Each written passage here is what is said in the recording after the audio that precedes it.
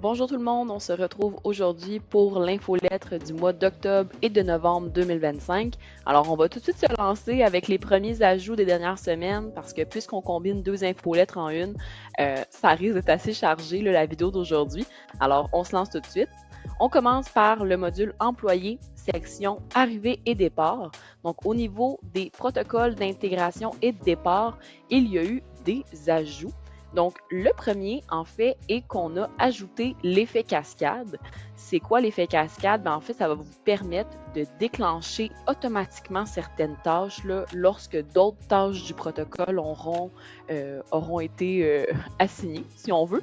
Je vais vous montrer ça visuellement, ça va peut-être avoir plus de sens. Alors, par exemple, je suis en train de configurer mon protocole, je prends cette tâche-ci, je viens la modifier, et là, maintenant, j'ai la possibilité de dire que cette tâche-ci va être à la suite d'une autre tâche dans mon protocole. Et là, je pourrais dire, ben, cette tâche va partir 5 jours après ma tâche communication de bienvenue. Date limite là, à laquelle je veux que ce soit fait, c'est 6 jours après la communication de bienvenue. Et puis, on modifie. Donc, on a modifié notre protocole. Idéalement, c'est un peu une manipulation qu'on viendrait faire avec l'ensemble de nos tâches pour avoir le plus d'automatisation possible. Et là, quand j'ai un mouvement ici, je pourrais venir appliquer le protocole à David qui a été embauché, par exemple. Et là, eh bien, la tâche là, que je venais de paramétrer, regardez, elle est déjà préconfigurée là, en termes de date prévue et limite. Donc, ça, c'est un grand plus. Quand on y pense, là, ben, en fait, si vous, par exemple, vous paramétrez super bien là, la première tâche, ou du moins vous la déclenchez, eh bien, toutes les autres tâches pourraient automatiquement être programmées, ce qui est un grand plus. Également, deuxième ajout dans les protocoles d'onboarding, d'offboarding, ça peut arriver qu'une certaine tâche soit non applicable dans le cas de l'arrivée d'un employé. Donc maintenant, ben, on a ajouté le bouton non applicable. Autrefois, là, il y a des entreprises qui, en fait, devaient tout simplement laisser la tâche en attente puisqu'elle n'était pas nécessaire. Donc maintenant, on a mis cette option-là. Comme ça ne va pas vous dire qu'il manque des tâches à faire là, dans le protocole. Donc voilà pour les deux petits ajouts des dernières semaines dans les protocoles. Toujours dans le module employé côté entreprise, je vais vous présenter maintenant la refonte de la section parcours professionnel, salaire et avantages dans les dossiers de vos employés. Donc, je vais venir juste ici dans le dossier, deuxième onglet emploi, salaire et vacances. Et dans la section parcours professionnel, salaire et avantages, vous allez voir que le look a un petit peu changé. En fait, l'ajout le plus important, en fait, c'est la façon qu'on peut maintenant voir, si on veut, le salaire actuel ou précédent d'un employé. Donc oui, maintenant, il y a toutes les informations là, qui sont affichées plus clairement au niveau de quel est le taux horaire de l'employé, le nombre d'heures par semaine, le pourcentage de vacances, le type d'emploi ici. Donc ça, tout y est. Mais ce qu'on a ajouté également, c'est vraiment une distinction entre le salaire de base, si on veut, et les avantages auxquels l'employé a droit. Donc, par exemple, le cellulaire qui est fourni par l'employeur, combien ça vaut par année, ça ici, et une petite note pour venir préciser là, en quoi ça consiste. Donc, pour ajouter un avantage, on clique tout simplement sur le plus. Donc, il n'y a pas de limite actuellement. Et la raison pour laquelle on a fait une refonte du visuel, c'est vraiment pour avoir une vue globale, en fait, de la rémunération globale d'un employé, pas seulement de son salaire. Puis, comme à l'habitude, eh bien, vous avez la courbe d'évolution salariale qui va se créer juste ici. Puis, vous allez toujours pouvoir consigner là, au fil du temps les divers niveaux qui ont été atteints niveau salaire là, par un employé. Et l'employé aura également accès à cette information-ci, s'il peut cliquer sur sa section.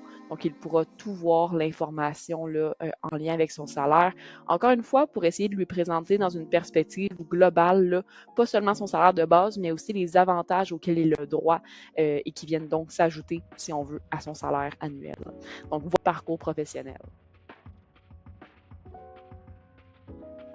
Je passe maintenant aux ajouts qui ont été apportés au module remboursement.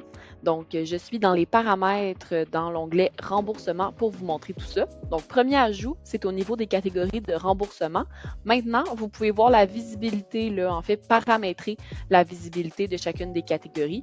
Donc, par exemple, si la catégorie frais de santé, elle s'adresse seulement à une équipe, donc l'équipe de direction, on vient sélectionner le groupe, puis ensuite de ça, on voit que maintenant, ça correspond à 7 personnes seulement. Donc, ce sont ces 7 personnes-là qui vont pouvoir sélectionner cette catégorie-là. Et ensuite, on enregistre tout simplement. Ensuite de ça, on a ajouté les comptes utilisés. Donc, ça, c'est surtout pour les entreprises qui utilisent des cartes de crédit d'entreprise. Donc, si vous voulez que les employés qui utilisent, par exemple, la carte de crédit de votre entreprise vous indiquent tout de même là, les dépenses qu'ils ont faites, donc que ces personnes-là fassent des demandes de remboursement, et bien maintenant, ils vont pouvoir indiquer que la dépense a été faite à partir de la carte de crédit et non de leur compte personnel. Donc, vous allez pouvoir ajouter autant de comptes que vous le voulez, que vous désirez, pardon. Et également, vous allez pouvoir paramétrer la visibilité pour ces comptes utilisés-là également. Donc, je vais vous montrer ces deux ajouts-là en action. Je vais me retirer. Bon, je ne suis pas dans la visibilité de fourniture et équipement, donc ça va être parfait pour mon exemple. Donc, je viens dans remboursement, je viens faire une demande et là, bien, vous voyez, je n'ai pas fourniture et équipement là, de disponible dans mes catégories puisque je ne suis pas autorisée. Et dans les comptes utilisés, je pourrais dire que j'ai utilisé la carte de crédit de l'entreprise. Vous avez encore la possibilité d'indiquer un petit texte d'information là, avec le petit i. Où est-ce que vous pouvez entrer ce texte d'information-là? En fait, c'est au moment de paramétrer votre compte, vous pouvez ajouter un texte juste ici là, pour préciser aux employés pourquoi ils devraient sélectionner ce compte-là plutôt qu'un autre. Donc voilà pour les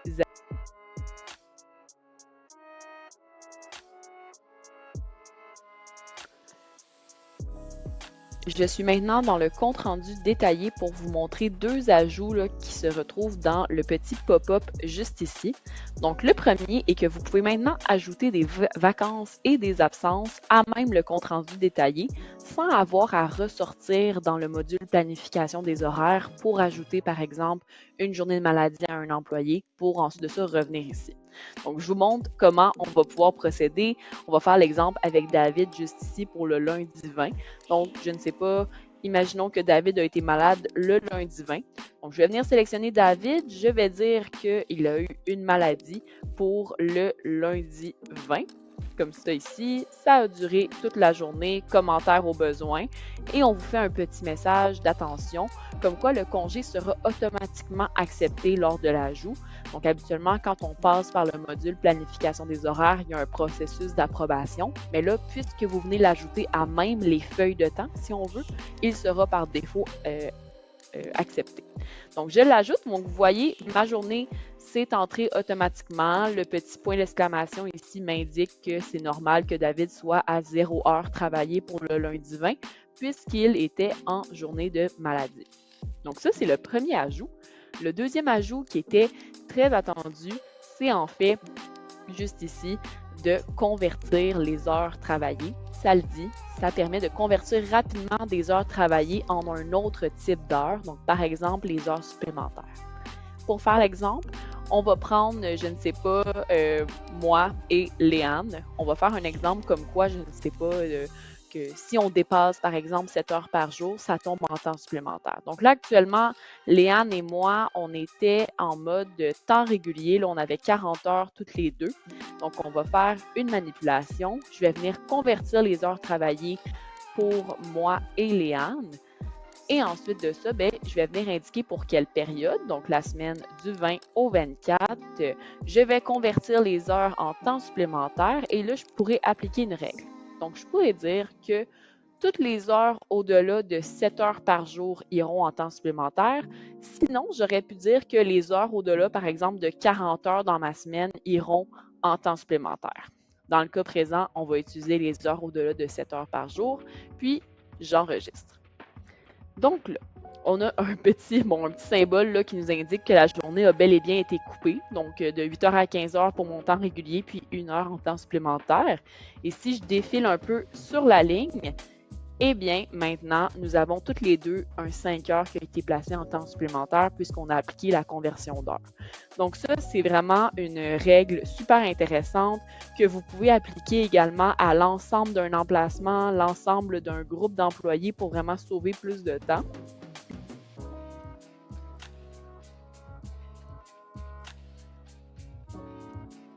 On passe maintenant aux assignations multiples qui ont été ajoutées dans le module Évaluation. Donc, dans l'onglet Attribution et fréquence des évaluations, vous avez maintenant le bouton Assignation multiple juste ici. Ce bouton-là va vous permettre d'assigner une même évaluation à plusieurs employés en même temps. Donc, pour en fait configurer l'évaluation, on commence par indiquer quel est le type d'évaluation, donc compétence ou performance, donc on va dire compétence. Ensuite, on sélectionne qui seront les gens qui seront évalués. Donc, je pourrais y aller à la mitaine là, avec quelques employés, tout comme je pourrais également dire, ben, écoute, l'ensemble de mes employés, des équipes marketing, de mon équipe de développement, de mon équipe produit design, tous ces employés-là vont être évalués. Ensuite, ben, on procède avec la configuration habituelle. Donc, je viens sélectionner par exemple un modèle, donc évaluation globale des employés. Ensuite, la section évaluateur, bon, c'est certain qu'on ne viendra pas sélectionner une seule et même personne pour tout le monde. Donc, c'est pour ça que maintenant, vous avez deux possibilités. La première, c'est de dire que le supérieur hiérarchique de chacun des employés là, qui ont été ciblés ici vont participer à l'évaluation. Et vous avez aussi la possibilité d'activer le fait que l'employé qui est évalué va également participer à son évaluation, donc va s'auto-évaluer. Ensuite de ça, on a les deux mêmes paramétrages là, qui sont les mêmes qu'à l'habitude. Donc, est-ce que vous voulez que la note du supérieur ou bien la note de l'employé soit ajoutée à la note moyenne finale? Oui ou non? Puis ensuite, on peut dire par exemple que le supérieur pourra voir ce que l'employé évalué a répondu à sa propre évaluation. Donc, ça, c'est les petits paramétrages comme ça. Puis ensuite, bon, on a la compétence évaluée, donc les compétences, donc les questions, la date de la prochaine évaluation. Puis, si vous le désirez, vous pouvez fixer une récurrence, donc dire par exemple que cette évaluation-là va repartir dans 6 mois, dans 1 an. C'est certain que au départ, je vous encourage fortement à faire un test, peut-être avec un plus petit bassin d'employés à évaluer, juste pour être certain de ne pas vous tromper et de bien comprendre la mécanique. Et sinon, ben, c'est toujours possible d'y aller là, un employé à la fois, comme ça ici. Cette mécanique-là, elle demeure, mais si vous voulez y aller plus rapidement, vous pouvez utiliser les assignations multiples à partir de...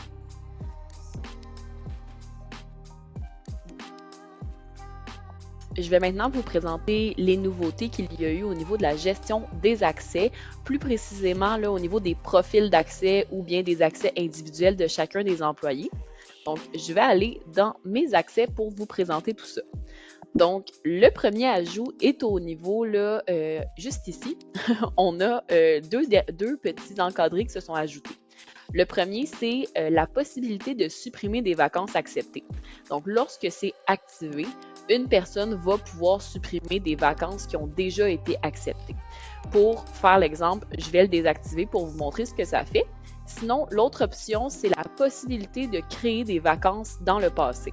Ça, en fait, on va peut-être le désactiver pour la plupart des employés. Par contre, ce serait bien de le laisser activer pour certaines personnes. Le cas d'usage serait, par exemple, qu'une personne était malade hier et là, on aimerait quand même venir indiquer là, au niveau de la planification des horaires que cette personne-là a pris une journée de maladie hier. Eh bien, il faut que quelqu'un ait la possibilité de pouvoir ajouter des vacances dans le passé, sinon ça va bloquer. Pour les bienfaits de la cause et pour l'exemple, je me suis désactivé les deux options et je vais aller vous montrer qu'est-ce que ça fait. Donc moi, en tant qu'employé, si je viens tenter d'ajouter une journée qui a été plus tôt cette semaine, comme ça ici, je viens dire que j'étais justement malade toute la journée et que je soumets, on me dit que je ne peux pas ajouter de demande dans le passé, que je dois demander là, à mon administrateur l'accès. Ensuite de ça, pour ce qui est de la possibilité de supprimer des vacances acceptées, ça ne s'applique pas aux employés, là, c'est surtout au niveau juste ici de la section vacances et absences. En fait, si je tente de cliquer sur le X juste ici, Encore une fois, on va m'indiquer que la suppression, elle est impossible et qu'il faut que je demande à mon administrateur pour avoir l'accès. Donc, c'est vraiment juste deux petits paramétrages de sécurité, si on veut, qui ont été ajoutés au niveau des profils d'accès. Sinon, autre ajout au niveau des profils, je vous le présente tout de suite, c'est en fait au niveau des notifications. Donc maintenant, vous pouvez paramétrer les notifications pour les alertes des suivis disciplinaires et pour les alertes des périodes d'indisponibilité. Donc par exemple, si je ne veux pas que Charles reçoive des alertes là, par rapport à ces catégories-ci, je peux venir les enlever, tout simplement, enlever les employés. Puis je pourrais dire, par exemple, j'aimerais qu'ils reçoivent les alertes pour David, Gabriel et Jade, moi-même, pour les alertes, sans plus. Donc vraiment, c'est comme deux nouvelles catégories là, que vous pouvez paramétrer au niveau des notifications. La catégorie demande de vacances, demande de remboursement et alerte des certifications existait déjà auparavant. Donc voilà pour... Pour terminer cette infolettre, je vais vous parler de la mise à jour du Single Sign-On dans Alti, ou du moins la mise à jour qu'on a fait pour rendre en fait le contrôle du Single Sign-On encore plus poussé. Donc, je suis toujours dans la gestion des accès et maintenant, vous allez peut-être voir apparaître en fait la colonne qui s'intitule Connexion. C'est en fait la connexion au Single Sign-On. Donc maintenant, vous êtes capable de voir qui en fait utilise encore une connexion standard pour accéder à Alti. Connexion standard étant mot de passe, adresse courriel Alti. Ensuite de ça, vous allez être capable de voir qui a activé son Single Sign-On. Donc là, on voit que David le fait. Et le troisième statut, si on veut, c'est le Single Sign-On en attente. Comment on fait pour, en fait, voir que le SSO est en attente d'être activé? En fait, c'est lorsque on veut obliger les employés à passer par le SSO lorsque ils l'auront activé. Donc, on va prendre l'exemple si le profil super admin, là, en ce moment, rien ne leur est obligé. Ils sont en mode connexion standard. Donc, on va aller modifier le profil juste ici. Et dans la section sécurité, on va indiquer qu'on veut désactiver la connexion standard, donc la connexion par login plus mot de passe, lorsque le Single Sign-On sera activé. Donc, je le désactive, j'enregistre. Et là, on va voir que tous les utilisateurs qui avaient le profil d'accès super admin, on voit que le SSO est en attente. Ce qui veut dire que si je viens dans mon espace, ma fiche employée, dans les paramètres de mon compte et que j'active la synchronisation avec le Single Sign-On, et bien maintenant, je vais être obligée, je vais être forcée de passer par cette connexion-là. Je ne pourrai plus passer par le mot de passe et l'adresse courriel standard. Donc ça, vraiment, c'est un paramètre super intéressant pour vous permettre de voir un peu qui est officiellement, là, utilise officiellement le SSO, qui ne l'utilise pas. Pour le SSO, si vous voulez savoir là, comment fonctionne l'activation ou quoi que ce soit, venez dans le centre d'assistance, et vous allez pouvoir voir comment activer la synchronisation SSO de votre compte Alti. C'est une courte vidéo qui va vous expliquer comment ça fonctionne. Donc, c'est ce qui complète l'infolette du mois d'octobre et de bonne journée tout le monde!